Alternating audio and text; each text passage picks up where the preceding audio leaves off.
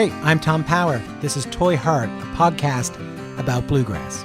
Welcome to the show. I'm recording this from my home right now as I'm working from home doing Toy Heart and also doing CBC things. I hope you're enjoying yourself working at home as well. If you're not working at home, if you're working outside the home, thank you. Thank you so much. I can't stop thinking about all the people, either whether you're a doctor or a nurse or a first responder, you're working in a grocery store, you're working in a gas station, you're getting employment insurance checks together. Like, I'm just incredibly grateful. And I also know that there are times you kind of want anything but the news. I'm definitely trying to practice what they call active news consumption as opposed to passive news consumption. I like to seek out news when I need it. So if we can be a distraction, if we can be a break from the news around you right now, well, I'm glad to be that. And if you're listening to this years later, I'm talking to you during the COVID-19 pandemic. All right, let's start out with our guest today.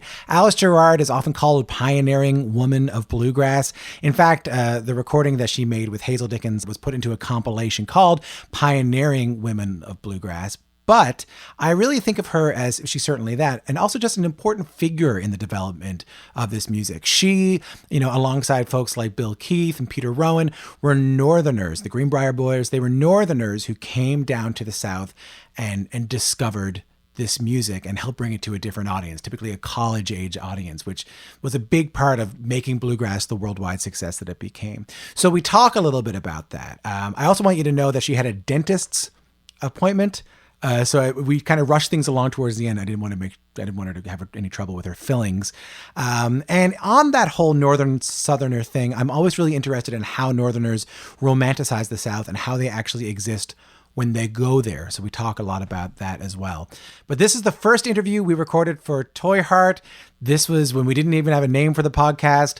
I'm sitting in her kitchen, again, terrified as always, sitting down with a living legend, Alice Gerrard. Take a listen.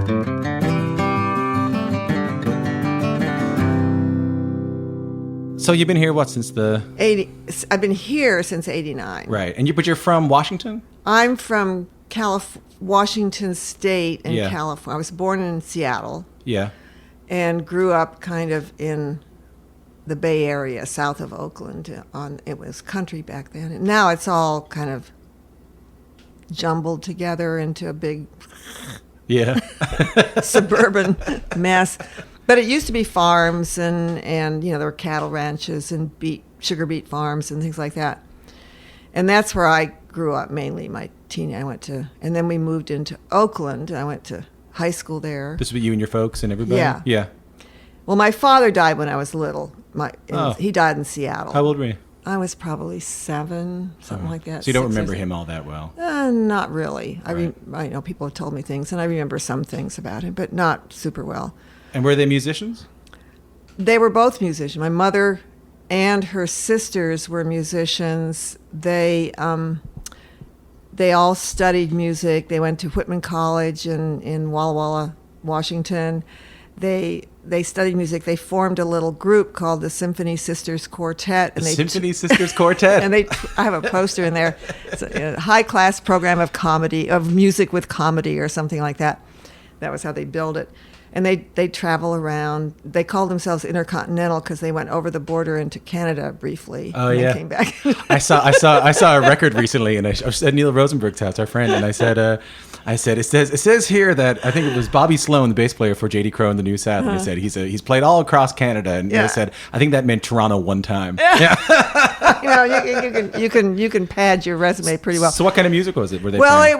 It was classically based, but they played favorites like Danny Boy and stuff like that, and they wore outfits, and it was I guess and so that's what my mother, and she was a really good piano player, and they all sang, and my dad was a singer. He was from England. He came over when he was a kid. So was he singing English folk ballads at all? No, he just sang. He trained himself. He was kind of self-taught guy, and he sang a lot of church music and stuff like that. He directed some choirs and things like that. And did you care about music? Were you a... Not particularly. I wasn't, I think I was musical because I've never had trouble, hearing tunes and things like that. But then I enjoyed hearing them play. I Yeah. think the biggest takeaway from growing up with all that music around was that they did it at home a lot. And so when friends would come over, they had a lot of people who were friends who played music, and they would sit around and pound away on the piano and sing. And I thought of it as something that was fun to do that you could do at home. Yeah. And I didn't think of it as a stage. No, and that's important. I've talked to a Yeah. bunch of people like that. That's how Yeah. my parents, well, my dad's gone, but my mom's around, and they were teachers, but they were, my dad was a union guy, and my mom was a teacher as well.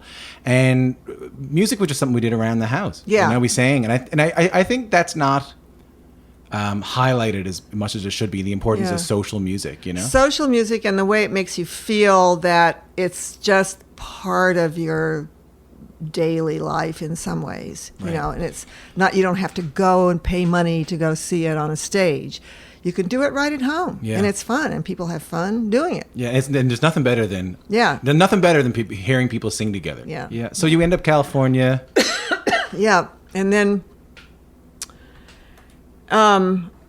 I graduated from high school, and my mother had remarried, and my dad taught at UC Berkeley, and so he had a sabbatical. So we all went to England and Europe, and we looked up my father's family, and we stayed with them, and I got to meet a lot of my father's family. Like around when was this? What year, you think? 1952-ish.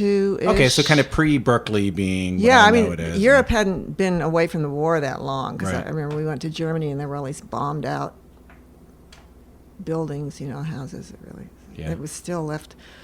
But anyway, so we went there and a year we traipsed around. My brother and I biked through England and stayed at youth hostels, and then we hitchhiked all through Europe and came back, and then I went to Antioch College. And that was where and that was in Ohio. Yeah.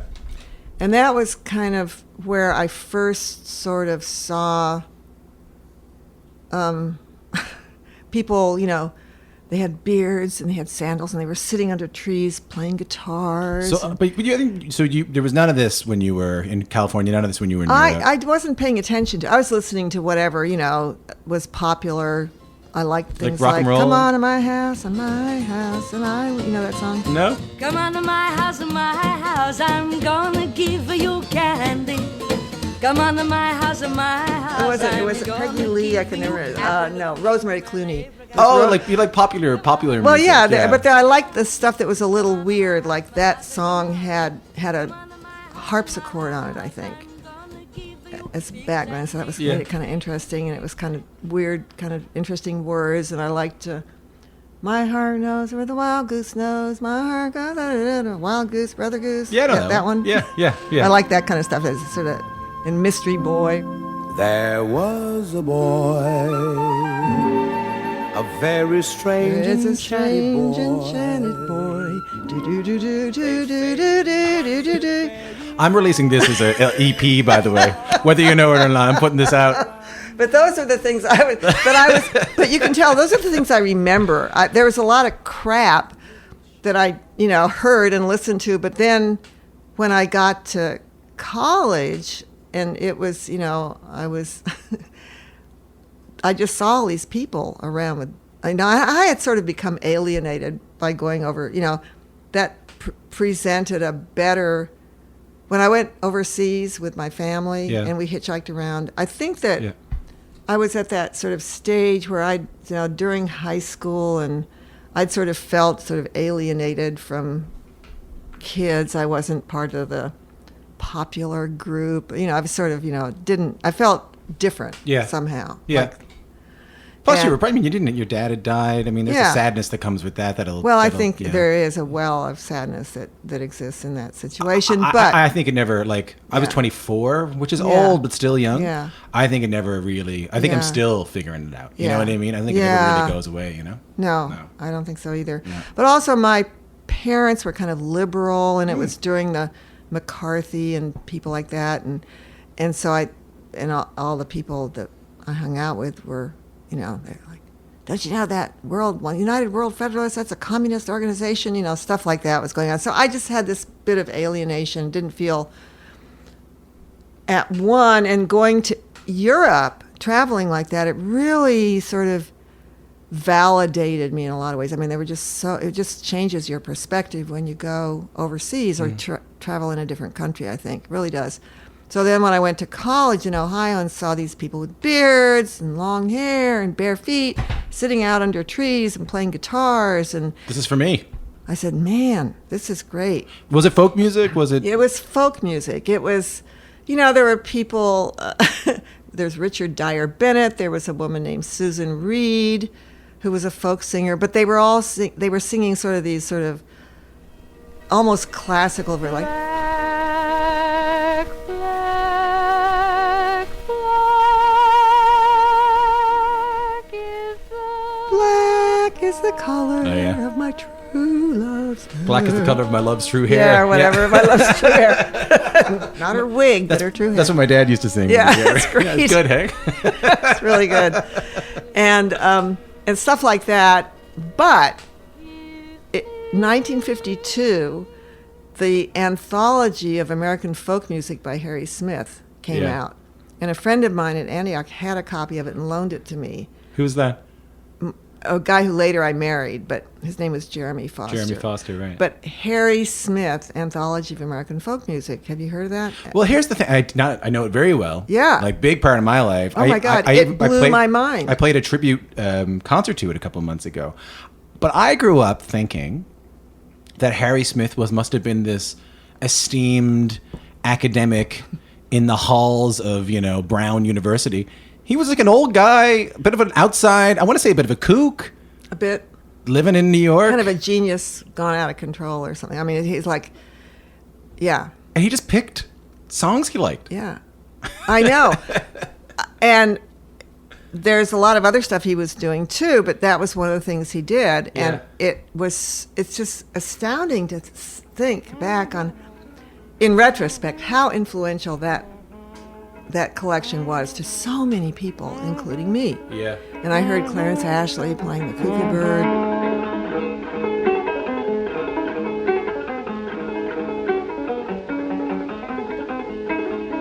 Oh, the cuckoo is a pretty bird. She wobbles as she flies. And it was like, oh my God, I want to do this. So Jeremy just invites you over. Well, he said, here, Jeremy was into this music because he was a high school buddy of Mike Seeger's. They lived not too far from one another when Mike lived in Washington, D.C. So they were just friends. And I guess, and Jeremy had sort of gotten into this music via Mike because he would go over to their house, and Elizabeth Cotton was working there and just different. So he was introduced to it and he loved it. And he introduced me to it through the Harry Smith anthology. And then I went to the Antioch Music Library, and they had a old 78 of a woman named Texas Gladden singing One Morning in May, an unaccompanied ballad. And it was like, oh, my God, it just blew my mind. When I was a young girl, I used to see pleasure. When I was a young girl, I used to drink ale out of a... What was it, you think?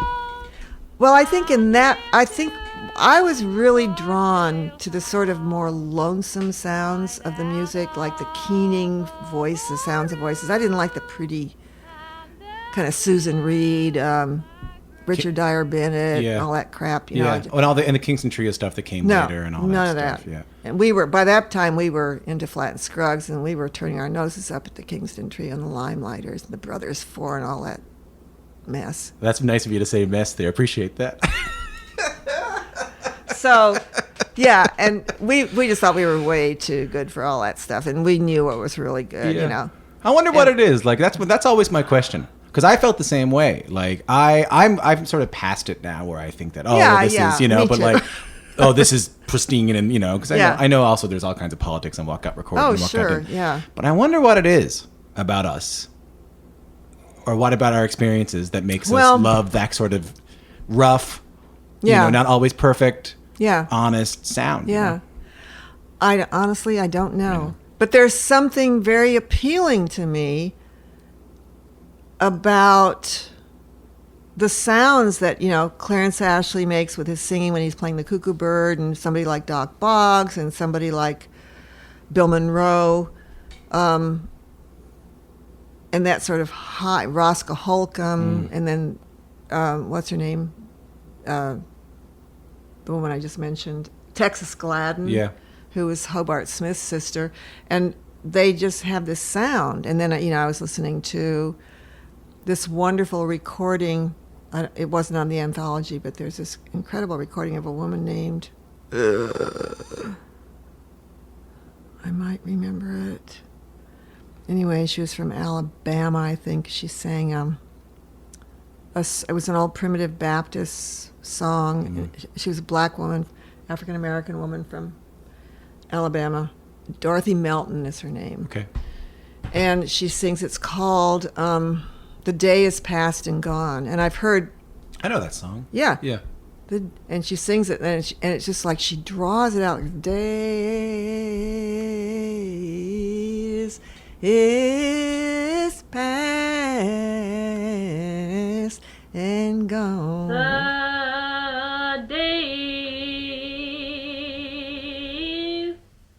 is past and gone. It takes her like a whole line of, phrase to sing, 4 syllables of a song. Isn't that great? It's really incredible. Yeah. And I've heard a white primitive Baptist church sing that too. It's pretty amazing. But I just love those sounds. It's very kind of lonesome and bluesy stuff. And of course, with the Harry Smith, everything was on there. Yeah. I mean, you were listening to blues, you were listening to Carter Family, you were listening to Cajun music, you were listening to, I forget, did it have bluegrass? Well, I probably had some Bill and Charlie on it. Yeah. I think it had the Monroe Brothers on it. And it had like Eck Robertson on it. Yeah. And fiddle tunes and stuff like that, which is kind of, projecting into that stuff. Yeah. Right. So, and it wasn't like we were separating the music into categories of like bluegrass, old time. It just was traditional music. And we didn't, the roots music that phrase hadn't come into being back then. It was just like, we called it traditional music. And to us, it was true folk music. Right. Even though all the things on the anthology were from commercial recordings that had been made commercially. Yeah. Yeah. Yeah. That's interesting. That's the secret. Yeah. That people don't talk about. Yeah. Is that, I'm even just reading the history of like Ralph Peer and stuff like that. Very selective of what they recorded. Sure. And oftentimes in class and race as well, what white artists were expected to record versus what black artists were expected to record. Yeah. But also, they were singing up songs they had heard from other people. You know? Yeah. It's interesting. So you, when do you start playing the music? Well, then I was teaching myself how to play the guitar. You go up and I don't know, you didn't take lessons, or at least you just go ask somebody to show you a chord, and they'd show you a chord, and then you'd learn another chord, and then you'd try a little of this. And I was trying to learn the banjo at the same time. Yeah. And so I can't remember. I guess I probably bought an old guitar of some kind, or somebody might have loaned me one. I don't even remember what it was or anything much about it, but so I was just teaching myself and getting people to show me stuff, and that's how we did it. Were you and Jeremy married at the time? No, you guys were together. But we were going with one another at Antioch. Just going steady, as they say. Yeah, and that was also the time when Neil Rosenberg was at Oberlin. And they had a band called, I think, the Plum Creek Boys or something like that, and they would come down to Antioch, and we'd play together and do cool. He says you were one of the first, if not the first, one of the first people he ever saw play Scruggs style 5-string banjo. Oh yeah, I was attempting it. Aren't we all? I actually entered a band. There was a local banjo contest somewhere in the area of Yellow Springs, and I went out and got in the contest, and there was one other person in it, and he was a really good banjo player, but I won. Oh yeah, what'd you play? I don't remember. The tune? Maybe it might have been Liza Jane or something like that. Yeah. But, and it was unusual to see a woman playing the banjo, and I think that kind of tipped me over the. That's my only, because I wasn't anywhere near as good as that guy was. But anyway, so yeah, so that's what was going on. And I was just, we were playing constantly. While we were at Antioch, well, we quit. Jeremy quit. He quit school. He quit school because he was going to flunk out. His grandfather, his mother's father, was a Nobel Prize-winning physicist, Albert A. Michelson. And Jeremy was majoring in physics. And I think there was just so much sort of family stuff, and that he just wasn't doing well. Expectations on him. And a lot of expectations and stuff. So he decided to drop out before he flunked out. And so we both quit. You quit too? Yeah. Same kind of thing? You weren't feeling it? Because we were just, I didn't know. I was kind of like, I don't really know what I'm doing here. You know, I mean, I was not academically inclined. What were you doing, English or? I think I started first in sociology because it was just something that people talked about and mentioned. Then I went, at some point I switched to German, and then some point literature or something like this. But I wasn't interested in school. I really wasn't. And so we both quit. We got married, and of course the minute he quit, it was the days of the draft. He got drafted. Jeremy got drafted. So then we were 2 years, and he went to basic training in Columbia, South Carolina. Somewhere along in there, we got married and had a child, our first child, in 1957. And then he went back to school in 1960 maybe, and he changed his major to math. And that seemed to be, he was fine then. But while we were there, Jeremy talked the student council into putting on a concert of the Osborne Brothers, which was the first time they'd ever played at a college concert. And there's this great article that a guy named Tom Teepin wrote for Mule Skinner News from his memory of being at that concert. Yeah. It's called "Does Anybody Here Like Baseball?" And I can text you a link to it. Send it over to me. Because I hear that those guys, they came to the colleges, they didn't really know how to play to a college, right?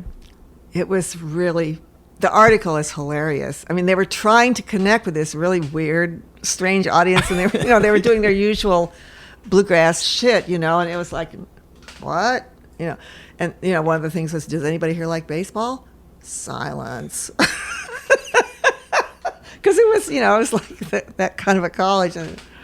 But they finally found some common ground. And then the next year we had the Stanley Brothers in. Oh, cool. And they had Lindy Clare with them, and that was really great. And Lindy Clare did this great thing where he imitated an old woman playing the organ in an old church, and he took the hair, undid the frog of his fiddle bow, and put the hair over the bridge, over the strings, and then played it so it sounded like an organ because it ran across all the strings, and he played this gospel song.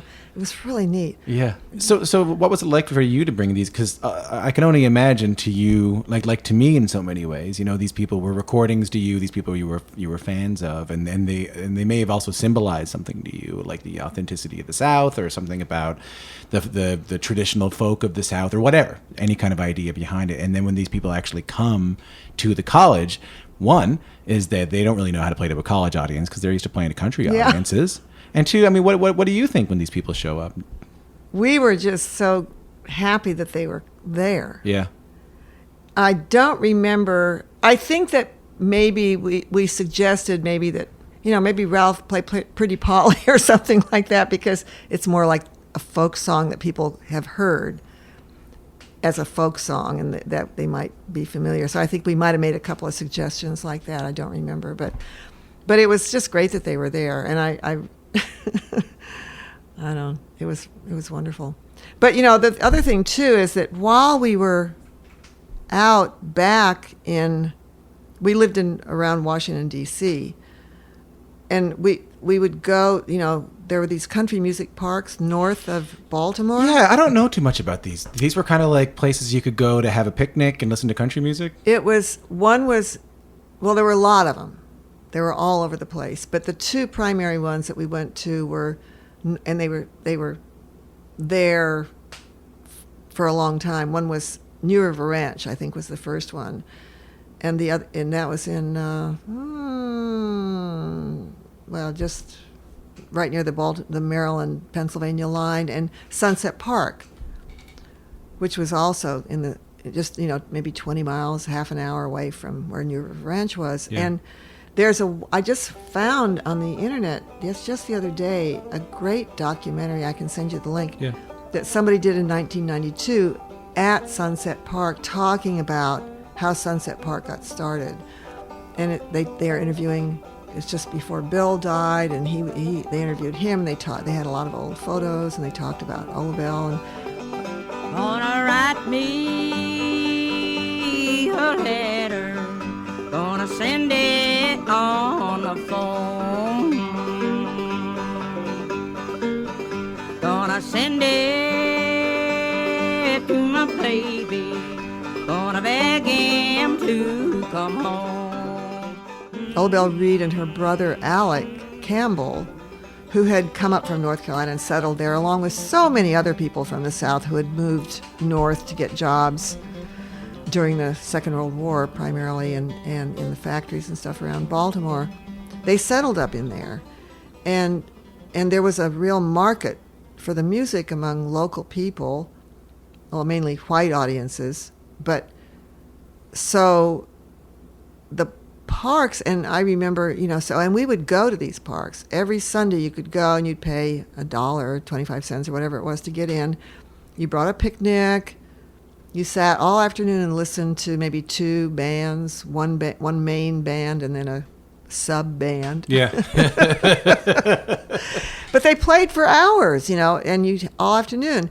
And then you'd have a picnic lunch. You'd maybe invite the Stanley Brothers over to eat lunch with, your picnic. And they would do it, and they'd sit around, sign autographs, and talk with people, about how's your family this year, And it was just there was no, ropes keeping people apart. Yeah. I remember at Sunset Park one time, Bill Monroe was there, and he started a baseball game out in the back field somewhere. Oh, yeah, because he was a baseball. He loved baseball. He loved baseball. And it was just very down home. I just can't get over that because you go to a festival now. Oh, yeah. We're backstage. Oh, yeah, there's backstage, then there's everybody else. And there's Yeah. But you say the Stanley Brothers and oh, yeah. and they just hung around. They just hung out, and they talked with people. And I took a lot of photographs back then too. I was sort of getting interested in photography, and so I have a lot of photographs. But I'm kind of go through them now. But anyway, so that we had been going to these shows and at the parks, and Mike and Jeremy would take their tape recorders, and other people too. There were a few other people. There were some people from New York who were kind of getting into it, coming down, and maybe doing some recording too. And they made all these recordings of the shows that were at Sunset Park and New River Ranch, and they kept them, and they're all in collections now, I think. I mean, they're at WNC and different places. What was Bill like? He was just friendly, He's a star, right? Yeah, but not back then. This was like the late 50s, early 60s. I mean, bluegrass wasn't doing so well. Maybe Flat and Scruggs. When did they hit with their TV show? And yeah, all? I mean, it's probably early 60s. Yeah, and this maybe. was just maybe before that. Bluegrass, They were struggling. I mean, there's a story that I remember going around, whether it's true or not, about how the Stanley Brothers drove into the park in their car with the windows rolled up so people would think they had air conditioning. Yeah.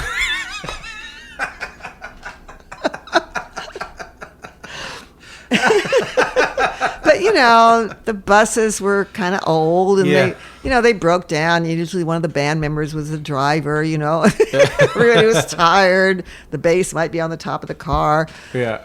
It was just it was a hard life. Yeah. My friend Penny Parsons, who lives not too far from me, wrote a book on Curly Seckler. Yeah. Called something Troubadour, Bluegrass Troubadour. Something like that, yeah. And, he talked a lot about traveling, and it was hard work. Yeah. And they weren't making a lot of money. I mean, you'd go, some of them would be headquartered in Nashville, like Bill. They'd play the Opry on Saturday night, and then they'd drive all night to come up to Sunset Park and New River Ranch and places like that. Yeah.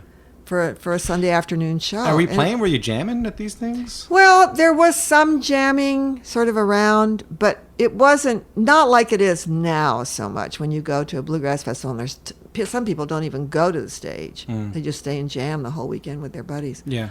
But so it wasn't like that. But you were playing at home. You were playing Playing music. at home, yeah. Yeah. That's all we did was we'd get together with our friends and this was in D.C. when we were sort of living in D.C. at this time. And were you, how do I put this? Were you generally the only woman playing? Well, there were other women, but we were. I don't know. Let's see. So there was this band called. It was somebody in her all-girl bluegrass band. Oh. Betty Amos. Right. Betty Amos and her all-girl bluegrass band. I never met her, but she was around during those days, but I never met her. Right. But the people I was listening to were like Wilma Lee Cooper, Ola Bell, and then people like Cousin Emmy and... Oh, it blow for my baby to come home. Oh, it blow for my baby to come home. Oh, it blow for my baby to come home. Oh, it blow like she never blow before. But in your scene, at these, In our scene, when you were hanging out at the house, it was just you It playing. was just us playing. Gloria Bell, who was Gloria Flickinger, she was really trying to make it. Hazel and I were kind of like, we weren't sort of trying to make it. We were just liking the music and wanted to do it. Yeah, we haven't talked about this. When did Hazel come into the picture? Well, Hazel met Mike. So Mike was kind of a connecting factor, kind of a linchpin in a lot of these relationships. He was working during the Korean War as a conscientious objector in a sanatorium, Mount Wilson, outside of Baltimore. He had a gig. He had a job. Yeah. Right. Yeah, he had jobs. He was Okay. he was an electrical engineer and stuff like that. So he was working that, but he got this CO job as doing something at Mount Wilson. Hazel's brother was a patient there, one of her brothers. And was a patient at the sanatorium. At the sanatorium, and met Mike, because Mike, when he wasn't doing anything, he'd be sitting fiddling on his mandolin or his banjo or something. And I guess Hazel's brother, I forget which brother it was, liked music, and almost all of her brothers and sisters played in some fashion. And so got to know Mike, and at some point took him home to meet the family, of which Hazel was one. And that's how Hazel and Mike met. And then Jeremy met Hazel through Mike. And then Jeremy introduced me to Hazel, said, "Oh, there's this little girl. She's a little skinny girl. She's got a great big voice, and you should hear her." And I remember when he told me that. And we met. And then How did it go when you first met? it was good. I mean, it was interesting because she had, she was from the country. She had moved up. She'd been up there a while. But she was kind of suspicious of people. She wasn't immediately trusting of people and she'd had kind of a rough life in some ways. Yeah. And still was having kind of rough. She was working in a factory. And, she had played some bluegrass music with various bands in the area around Baltimore, because there were lots of bars in Baltimore that had bluegrass bands playing. And they would call her up and say, "Hey, would you play bass?" And then maybe they'd let her sing a Kitty Wells song. That was kind of the role of women in bluegrass at this point. Yeah, it right? was. Play the bass and sing one song. Yeah. Maybe two. Yeah, if you're lucky. If the set's too long, maybe two. Yeah, right. Now we're going to let the little girl get up here and sing a song. She's going to sing "When My Blue Moon Turns to Gold Again," and then that's going to be, that's going to be, Yeah. it wasn't God who made Honky Tonk Angel. So she had done a lot of that, and she was, she wasn't. So. She was a bit sick of it? Yeah, I mean, she didn't say anything to me at the time, but I was definitely listening to her a lot. So she was really my primary influence. And then gradually, we were surrounded by people who were very encouraging of us, as, why don't you try singing something together? And the scene around the D.C., Baltimore area was that there were a lot of get-togethers at people's houses, and what we did was play music. That's all we did. Yeah. I mean, what else do you do at a party? Right. You sit around, sing songs, pick a little bit. Yeah. Yeah. And were so- you all and amateurs? We were all amateurs, although sometimes people would come to the parties who were like Buzz Busby. He used to come sometimes, and different people who were out there professionally working. But Hazel had met a woman there in Baltimore who was a social worker, and was married to a guy who liked the music, and sort of took Hazel under her wing. So Hazel was kind of learning that, there were other things out there besides her dysfunctional family, and that kind of life. And I think this really helped broaden her ability to accept other people into her life that she wasn't necessarily used to, so that she sort of gradually accepted me into her life. And then we started singing together at these parties, encouraged by all our friends like Lamar Greer. Jeremy was very encouraging. He took some promo pictures of us. He was, thinking, you guys could get some jobs. And was that just because you guys sounded good, or you were two women in music together? Because it sounds like it never really happened before to have two women. No, right. You're right. But there were women, but they were always, like Stoney Cooper was with Wilma Lee. I know Gloria Flickinger, Gloria Bell, she joined some bands, like Jimmy Martin, and he was not nice to her. Is that so? Yeah. And when she was with Jimmy, you hear these shows, and I'm talking to, what's his name, Alan Mundy, was in the band at the same time Gloria Bell was in, and he talks about how mean Jimmy was to her and how she could possibly stand it. But I think she just wanted to play so bad that she put up with that crap. And so there were those kinds of things. And if your husband, like Stoney Cooper, was there, nobody's going to mess with you. Yeah. And Wilma Lee was a powerful personality too, and a great singer and great guitar player. So you and Hazel then, when did you go from, oh, why don't you sing together, Hazel and Alice in the living room, to like, well, maybe we can do a gig here, maybe we can play together, maybe we can make this a thing? Before we did that, we made a recording. I think I was trying to get it straight because I'm trying to put it into this narrative for this book I'm putting together with the photographs and stuff. And it's like, somewhere.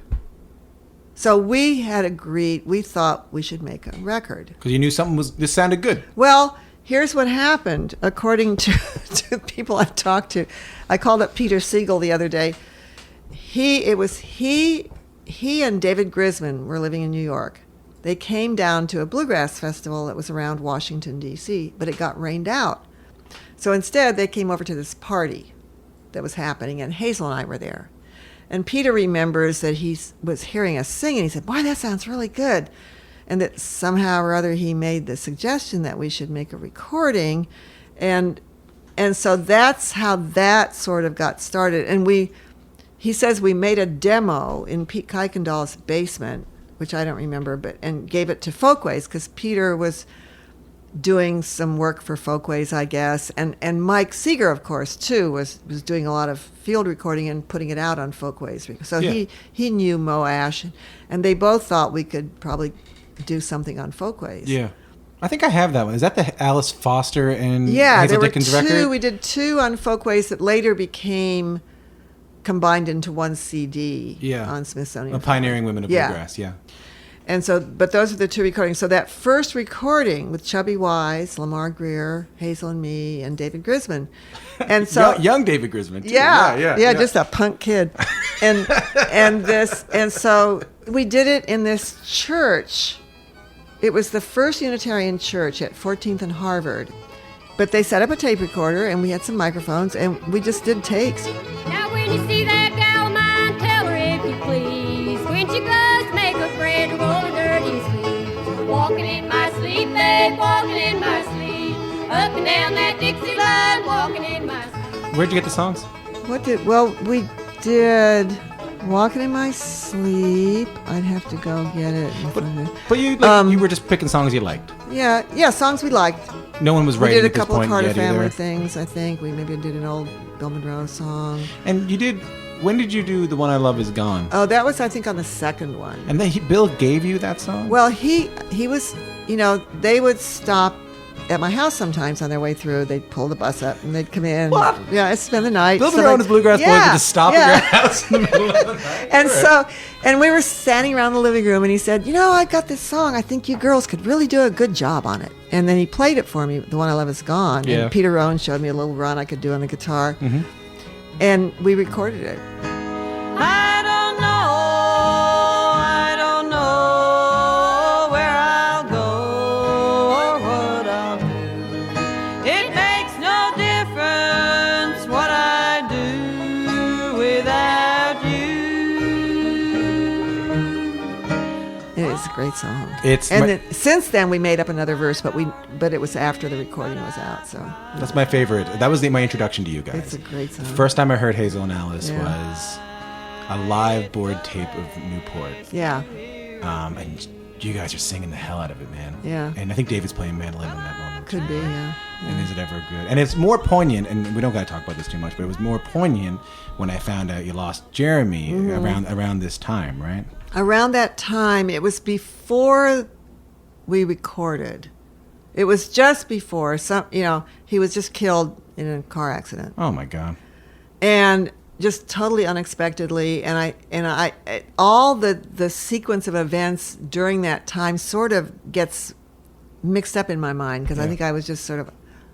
Well, you had kids too, right? Yeah, 4 kids, 4 little kids under the age of 7. And you're by yourself? 6. All of a sudden. Yeah.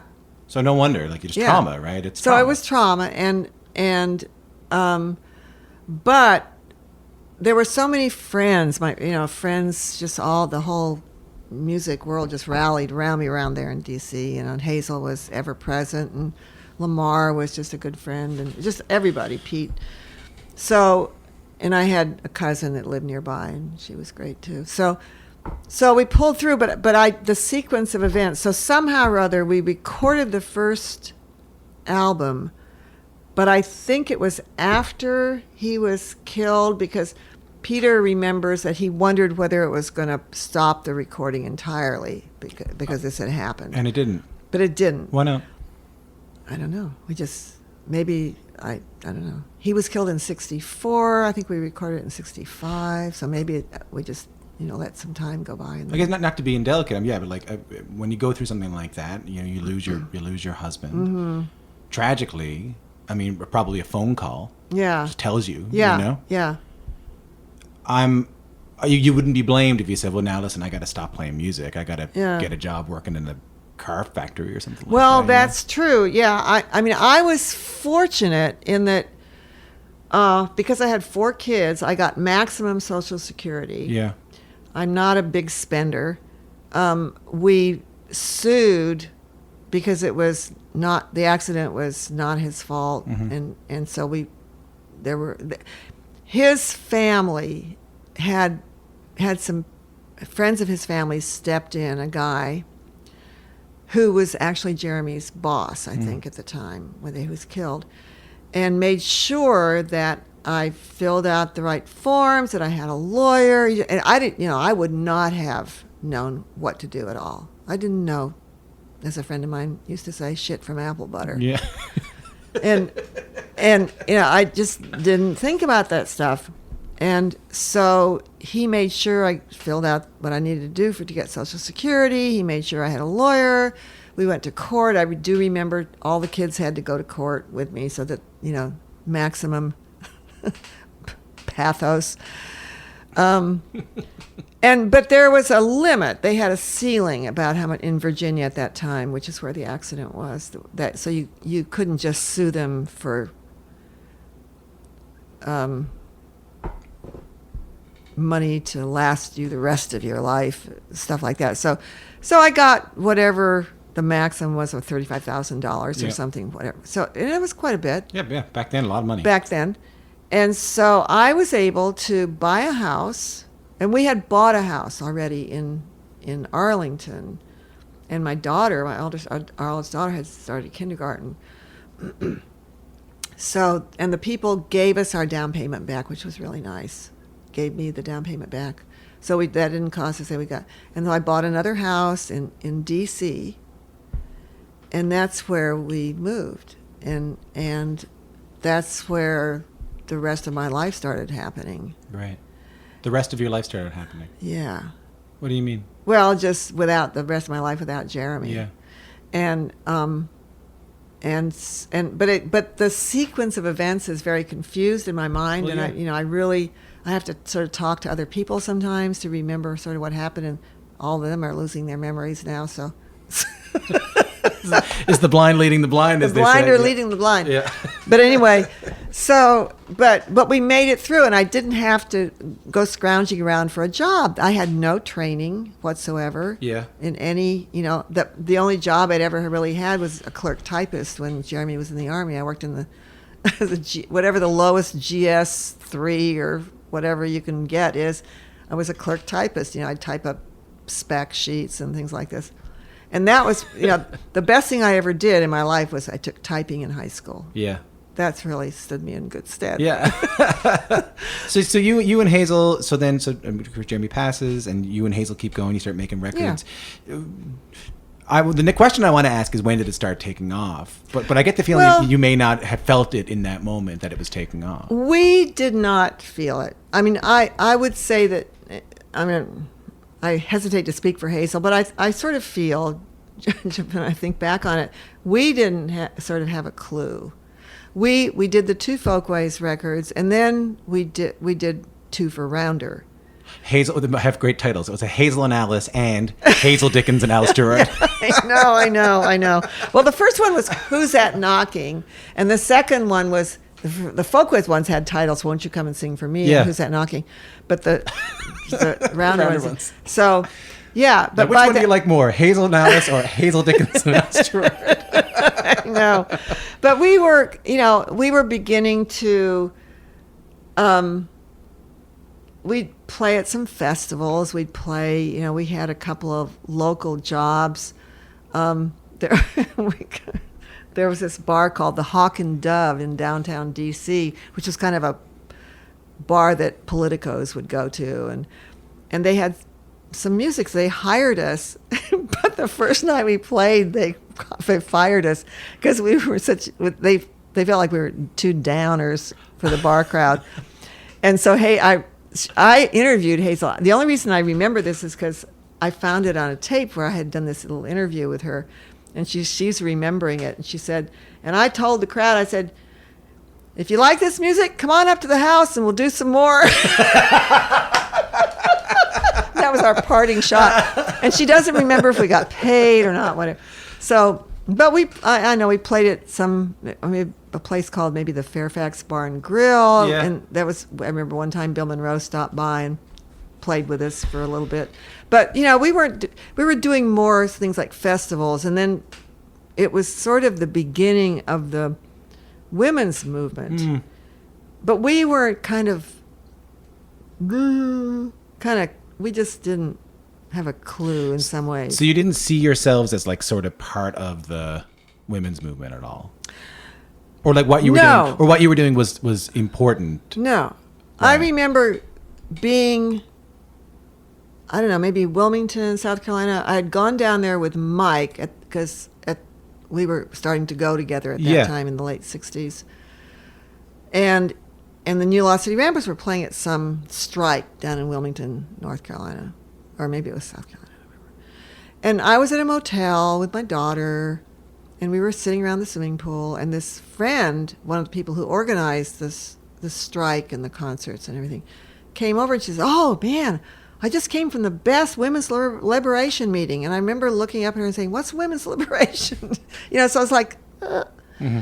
But we knew something was happening because a few of the gigs, like a couple of gigs I remember we went to, we were totally shocked to find it filled with a lot of women. And then we did another job, and we were shocked to find that it was, again, filled with a lot of women, and they weren't even letting men into the concert. Really? Somewhere, I forget where it was. Yeah. And so it began to sort of seep into our brains that something was going on. Right. And did you get pushback from, like, did men in bluegrass ever? I think Hazel used to get pushback sometimes, and she was not treated well sometimes.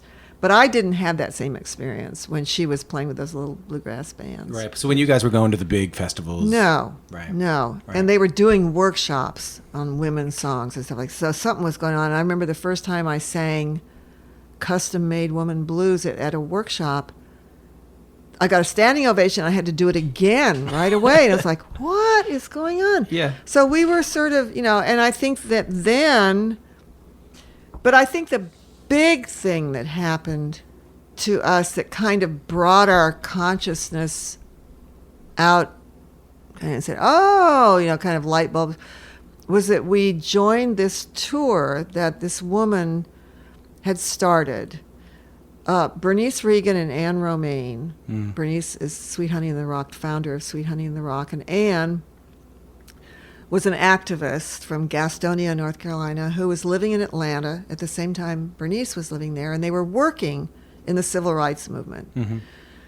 And they got this idea to start a tour of traditional music that would be integrated.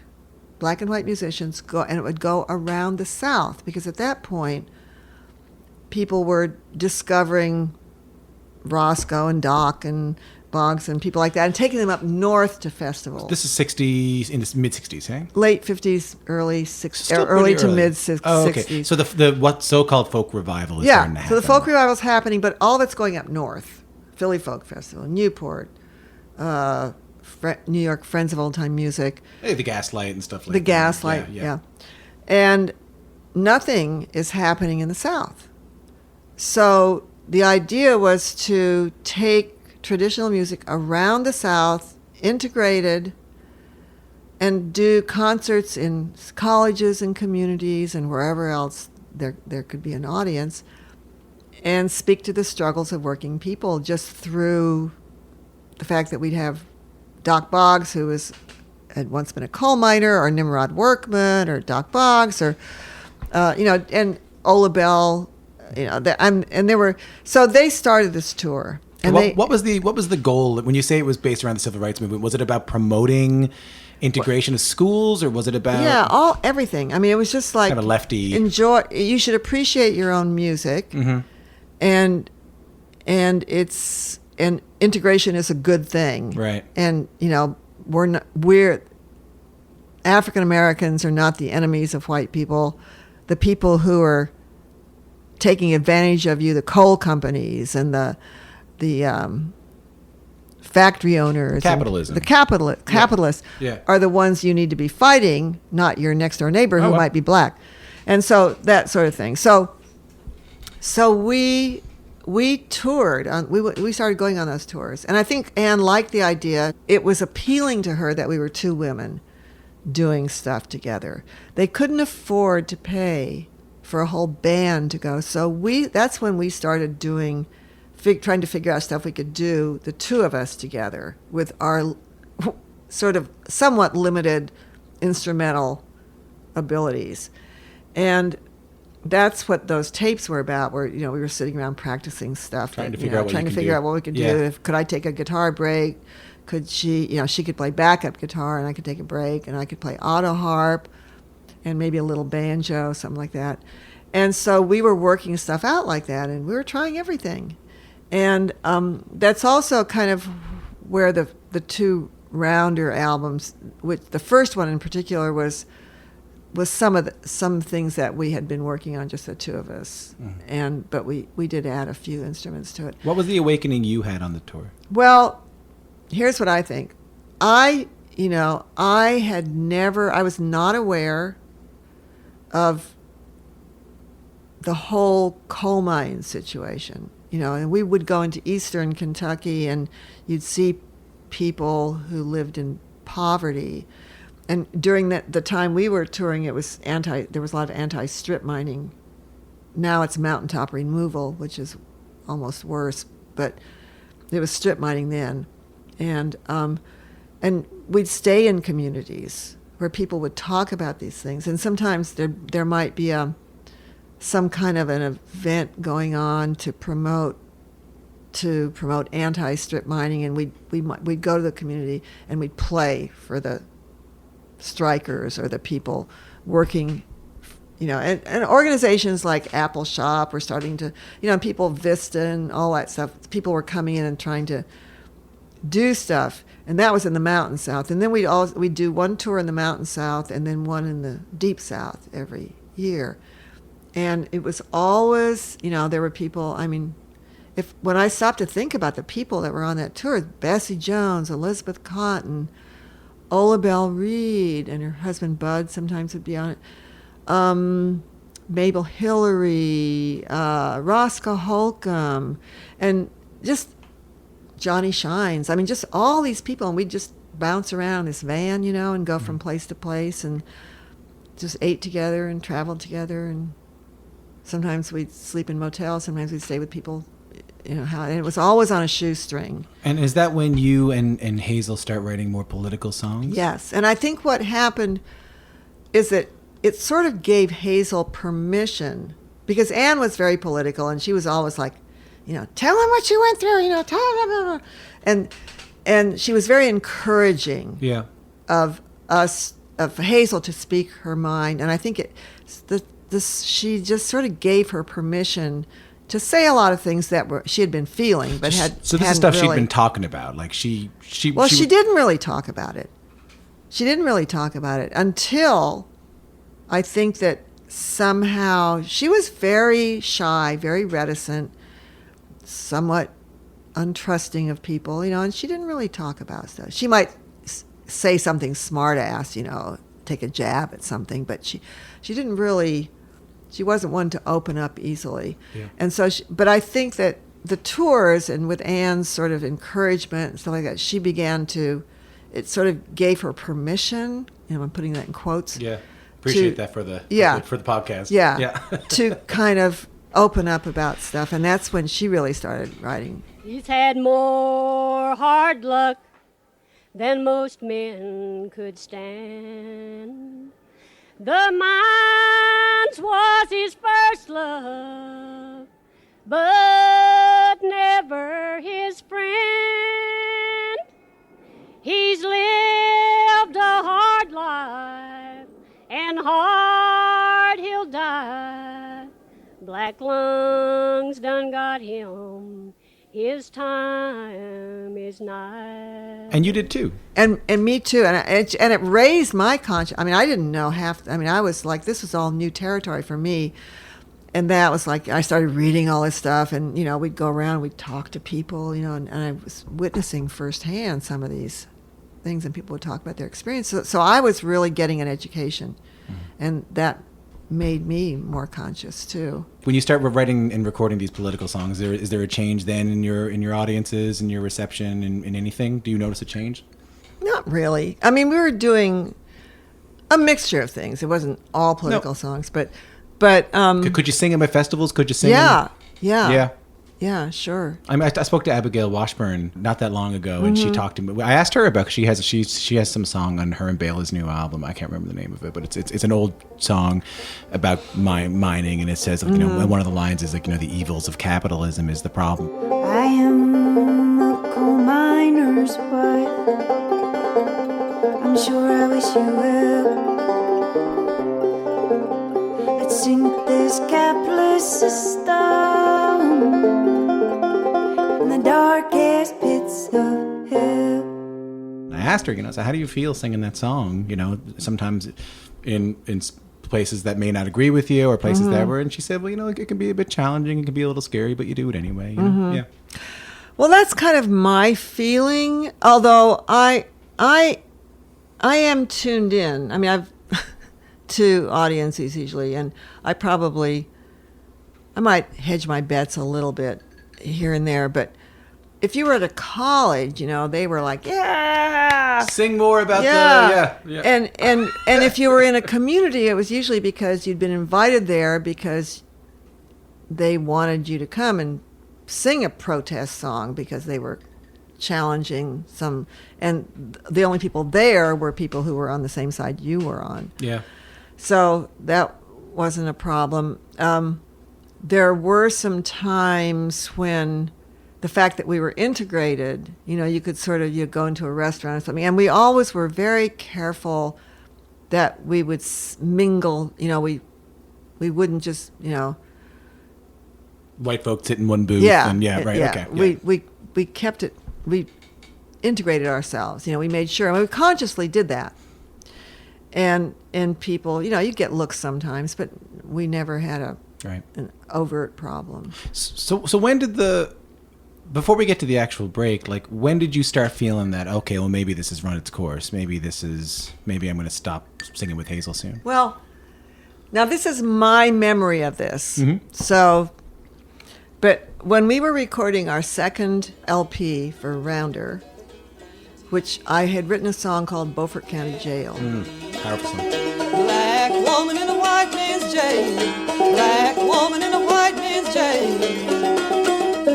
No one to call a friend.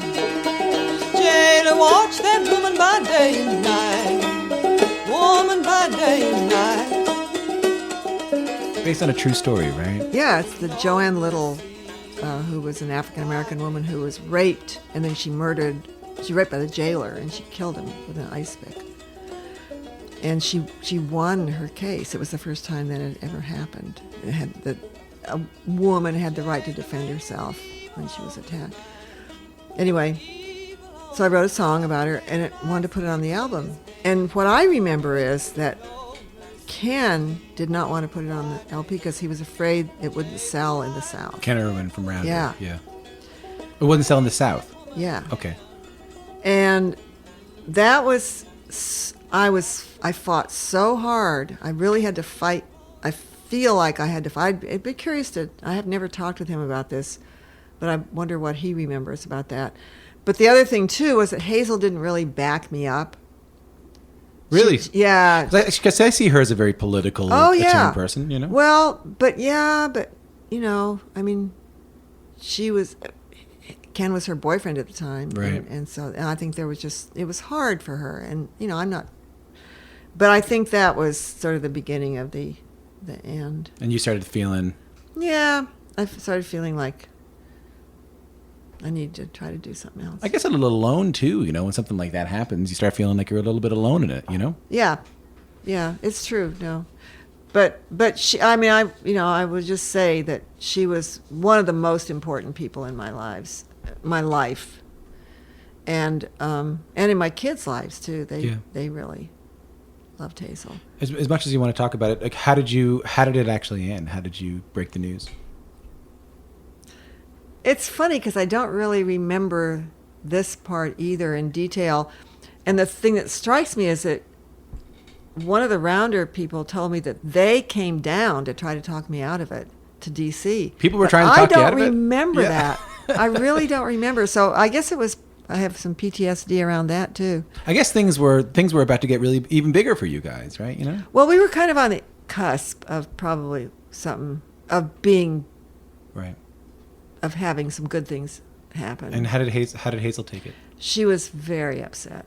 She really was really upset. Mad. And she was angry. She felt betrayed, I think.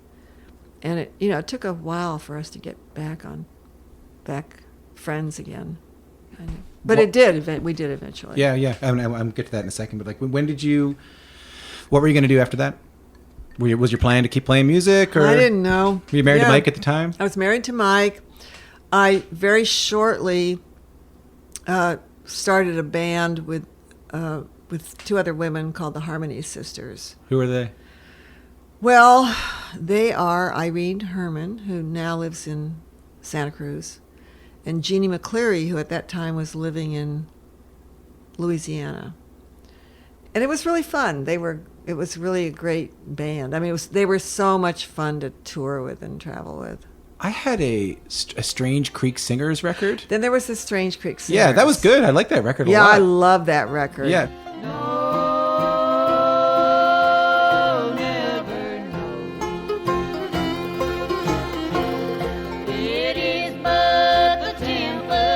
was you and Mike and... It was Mike and Hazel and me and Lamar and Tracy Shore. So this is before you and Hazel split up. Yeah, it was Right. before, but Right. probably not too long before. Yeah, that's a good record. Yeah, we toured with Strange Freak Singers. We toured in Europe. We went to Wales.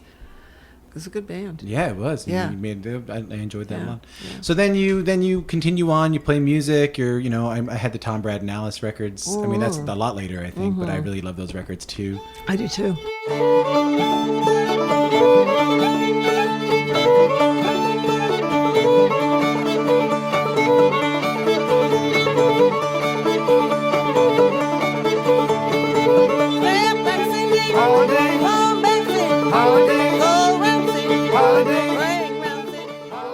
And then the Old-Time Herald.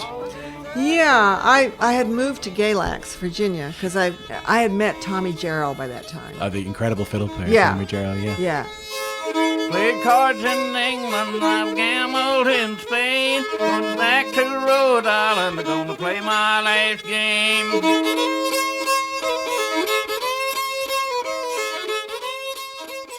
And he'd been on a couple of tours that Mike had put together, and we had gone down to meet him, and I got a grant to study fiddle with him. A couple of these sort of heritage fellowship grants that they gave to students who wanted to study with an old master, and they'd pay the old master maybe $1,000 or something.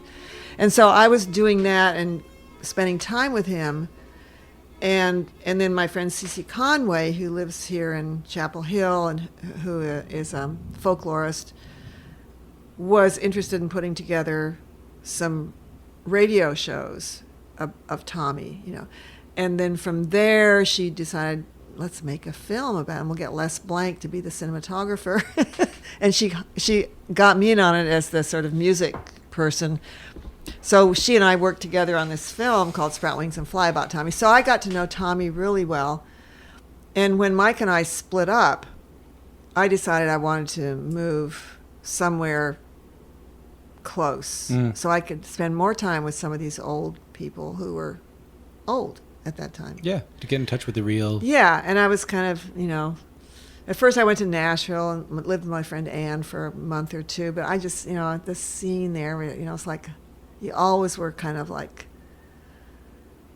what's it called? Doing business. Yeah. Kind of like it's commerce there. Yeah. And I just, and I missed old time music, and there's a lot there now, but now at that time there wasn't much. And so I bought a place. I rented a place up around. Found a place, moved to Galax. I had a couple of friends who were living near there, and so I had some people I knew, and then I just sort of, and I was paying $50 a month rent in this little place. It was great. And right down the road about a mile was this 90-year-old fiddle player that I got to be really good friends with, wonderful old fiddler. And then this other friend of mine, we would go around and we just started taking pictures and recording people and learning. And I played with a little bluegrass band. And then I got this idea to start the Old-Time Herald. Kind of like the Bluegrass Unlimited Yeah, for it was old-time music. modeled after the Bluegrass. And I remember I talked to Pete Kuykendall for a long time because I was in on the beginning of Bluegrass Unlimited. I just bought 10 years. I just bought, I think, 72 to 82. I have the on original mimeographed volume 1, number 1. Cool. It was at 8.5 by 11. Wow. It was great. Yeah. And so I was aware, and I wanted a magazine for old time music that was like Bluegrass Unlimited. It was going to be a slick 4-color cover. But I didn't know the first thing about publishing a magazine. I knew nothing. So I just began calling a lot of people because I knew people. So I called Dave Freeman. I called Charles Wolfe. Dave Freeman told me about this little local printer up in Roanoke, little family printing outfit. So I went up and talked to them. And then within 6 months of the idea, we had the first issue out in time for the Galax Fiddlers Convention. And so after a couple of years, and we were becoming a nonprofit, and we had to get our shit together, I really decided I needed to be in a place where there were more resources. So I decided to move down here. To Durham. Mm-hmm. Mm-hmm. So I want to make sure you get to your dentist appointment. Yeah. Let me skip to this thing. So when does Hazel get back in touch? How does the Well, we slowly began to, she used to, I would go over to her house. We'd go out to dinner or something like that, or we'd invite her over for Thanksgiving. And that was fine? Like that with the was kids. at It first? was okay. And then this friend of our mutual friend who was a booking agent, and he ran a place called the Freight and Salvage in Berkeley, California. Legendary venue. Yeah, he wanted to put a tour together. He wanted to do a tour with us. Just because he liked you? Yeah. And so he talked to us. He talked to Hazel first, I think, and then he talked to me. And then he had to kind of negotiate a little bit. How so? Well, I think Hazel was a little like, I'm not sure if I want to do this. Yeah. Well, she had been through something before. Oh, yeah. And she was doing all right on her own. Yeah, she was doing great on her own. And so, but eventually it sort of worked out, and we did this tour together, and it was very successful. It was mostly on the West Coast, I think. How'd that feel to be back on stage with her? It was really neat, and a lot of people were interested and came out to It felt see. good for you to be back with her? Yeah, it felt really nice. And so from there, we did a few other things. Not a lot, but we did a couple of concerts and something at the Smithsonian. And she came back into our lives. One of the hardest things for me was that because she cut me out of her life, she also cut the kids out of her life. And the kids were close to Hazel. And they were close to Hazel, and that was hard for them, I think. Right. So it was really nice when she came back, and she came over for Thanksgiving and Christmas and stuff like that. And, yeah. Only talk about it this as much as you want, but how did you get the news that Hazel had passed? Well, she had a stroke before she passed, and she told me about it, and I was like, I can't believe it. She had this stroke, and the way she told me all about it.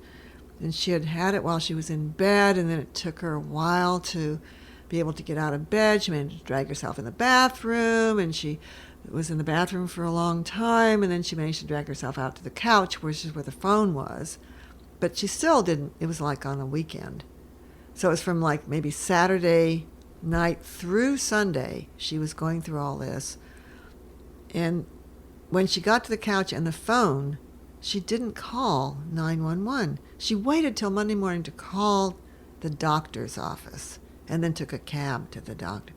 And I was like, I can't believe, you didn't call somebody. You could have called my sons or somebody.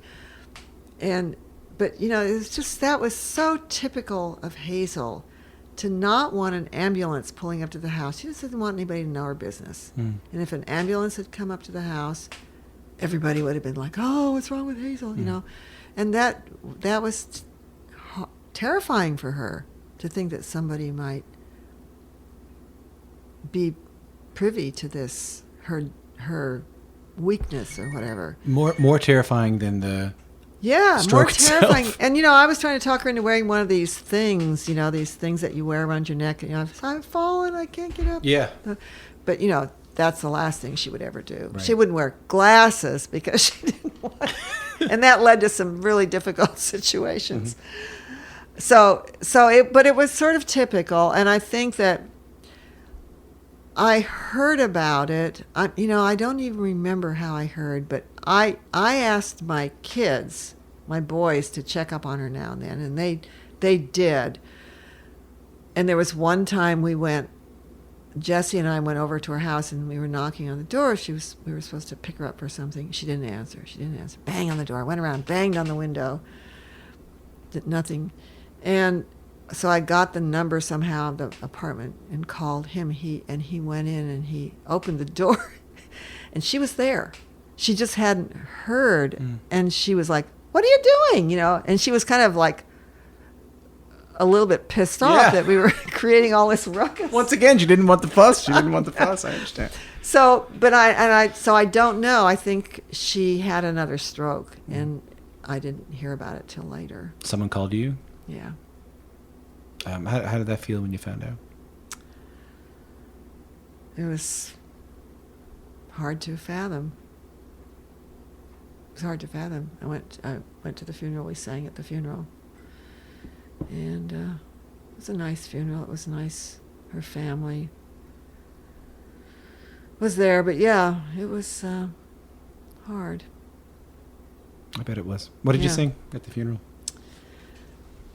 I think we sang, I feel the shadows down upon me, and fair angels sing. That, Won't You Come and Sing for Me? I feel the shadows now upon me, and fair angels beckon me. Before I go, dear Christian brother, won't you come and sing for me? Sing the hymns we sang together, that plain little church with the benches all worn. I mean, now Hazel and Alice are regarded as what Monroe and the Stanley Brothers were to you guys. I suppose. To a generation. I don't think we sort of saw it in retrospect more than we did at the time, which I guess is natural. But yeah, I think it's true. Did you think, did Hazel know before she died that she had some importance? Yes, I'm sure she did. Well, that's Yeah, good. Yeah, absolutely. And like, how do you feel? I mean, the only, I don't know how to put this. You guys were so pioneering for women in bluegrass. Now, you know, it's a fallacy, as you mentioned earlier, that you guys were the only ones. There's a bunch of people who haven't been written about and haven't been explored in the same way. But regardless of that, you guys were, were incredibly important in female representation in bluegrass. But it still feels like we still got a lot of ways to go. Well, I think part of the reason, we reached different kinds of audiences too, and I think that was part of what, I mean, we were reaching audiences that were consciously talking about women needed to be more recognized and stuff like this, and I think that helped bring that to the fore as far as we were concerned to a certain extent too. So but what were you saying? Lots to do. I mean, still a lot. Oh, yeah. There's still not an incredible amount of women in bluegrass, you know? Yeah. And old-time music. Yeah. Both. Are you hopeful that things are going to get better in the music? Oh, yeah, I am. People are working on it. Yeah. Does it feel different than it did back when you were starting? It does. I mean, there's much more consciousness about that. More women are involved in IBMA, and I think there's a lot to be done, but We're getting there. Yeah. Yeah. Yeah. Is it a trip to be like, after spending so much time? How do I put this in a gracious way? Like, after spending so much time, sort of really into the music of elders. Oh no! Listen, I'm always getting up on stage and saying, I learned this tune from an old fiddler that I was hanging out, and and then I realized you got to be careful how you sling that word "old" around. You're that person now. You're the elders of our generation now. Yeah. Yeah. And now in the induction into the IBMA Hall of Fame. Yeah. That must have been meaningful. That was so cool. Yeah. Thanks for everything. Thank you. On behalf of us all, though, thanks for all your music. You betcha. It's nice to meet you. You too. Sing the hymns we sang together, that plain little church with the benches all worn. How dear to my heart, how precious the moments we stood shaking hands and singing the song. All right, that's my conversation with Alice Gerrard in her kitchen in Durham, North Carolina. I'll never forget that as long as I live. It was so cool. And don't worry, as I mentioned at the beginning, Alice did get to her dentist appointment on time. I had a flight right afterwards, and I got there barely on time. I remember going through like a thunderstorm, and I find American, maybe it's Southern American, but like I worked in a radio camp, and I think it was Vermont or maybe Connecticut for a while, and it rained so hard. It doesn't rain like that in Canada, so I remember just driving through the rain, being sort of terrified. But everyone made it, and so I'm so grateful to help tell Alice's story there. I want to acknowledge the contribution of the folks behind "You Gave Me a Song: The Life and Music of Alice Gerrard," which is an incredible documentary about Alice and her music, which I got to see a couple of months before it came out to aid in the research for that interview. So thanks to them. Go check out their website, Watch their movie any way you can. AliceGerrardFilm.com. Up next, Bela Fleck, considered by many, myself included, to be one of the greatest, if not the greatest. The Earl. I guess you got to. Earl Scruggs. Earl Scruggs, greatest 5-string banjo player of all time. Maybe we'll just do that. But Bela Fleck is there too. He's on the Mount Rushmore. And this is a guy who's done so much, be it the Flecktones or his orchestral work or his work with Throw Down Your Heart, his incredible, documentary about tracing the roots of the banjo back to the continent of Africa, but we talk about bluegrass. We talk about Bela Fleck's bluegrass albums, the bluegrass sessions, his life as a bluegrass musician, learning from J.D. Crowe, growing up as this child prodigy in New York, learning from Tony Trischka. Wild interview. He got real about some things that I wasn't expecting him to get real about, and I'm incredibly grateful for that. So that's coming up in about 2 weeks' time. Toy Heart is produced by Stephanie Coleman and me, Tom Power. Our executive producer is Amy Rittenauer Jacobs, with help, as always, from the entire BGS team, including producer Chris Jacobs, associate editor Justin Hiltner, managing editor Craig Shelburne, and all of the amazing writers and contributors that make BGS the best source for roots culture redefined. Discover more at thebluegrasssituation.com. Toy Heart this week is mixed by Michael Laval and Stephanie Coleman. Transcription this week by Aaron Roblin. Kristen Andreasen and Critter Eldridge perform our theme song, which was written by the father of bluegrass music, Bill Monroe, a song called Toy Heart. Darling, you toyed with a toy heart. I think I played your game right from the start. Kristen Andreasen, by the way, who is part of our theme song, amazing songwriter in her own right. She has her own records, a great one called Gondolier. Check that out. Critter has a hot new band, Punch Brothers, starting out. High hopes for the kids. Like, subscribe, and leave a review if you find yourself inside with a lot of time on your hands. We're on Instagram as well, at Toy Heart Podcast. Later on.